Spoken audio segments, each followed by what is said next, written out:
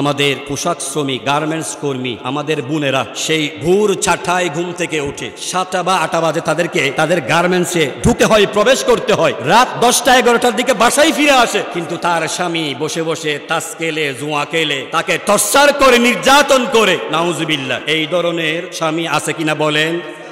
আপনি যে আপনার স্ত্রীর সাথে সারাদিন পরিশ্রম করে, কষ্ট করে তিনি আপনার জন্য ডাল ভাত জোগাড় করেছেন, আপনি তো পারেন নাই, কিন্তু আপনি যখন বেতন ফেলো সকল টাকা আপনি নিয়ে ফেললেন, তাকে মারধর করছেন, তাকে টর্চার করছেন, এই টাকা দিয়ে আপনি আবার জুয়া খেলতেছেন। এই ধরনের নাফরমান মুসলমান আছে কিনা বাংলাদেশে? বলেন আছে কিনা?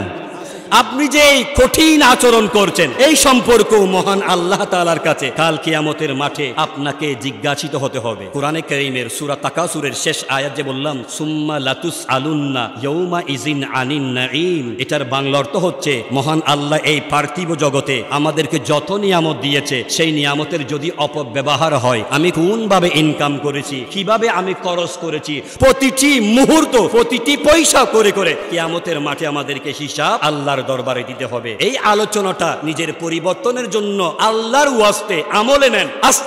আজ থেকে এটার উপর আমল করার জন্য চেষ্টা করেন। যদি আমল করেন পরিপূর্ণ ঈমানদার হবেন, আর পরিপূর্ণ ঈমানদার হলে কবর আপনার জন্য জান্নাতের বাগান হবে, কিয়ামতের মাঠে রাসূলুল্লাহ আপনার পক্ষে থাকবে। সুবহানাল্লাহ। এই বিশ্বাস কি আমাদের আছে? আল্লাহ পাক রব্বুল আলামিন আহকামুল হাকিমিন আমাদের সকলকে বুঝার জন্য, আমলে নেওয়ার জন্য তৌফিক দান করুন। আমিন।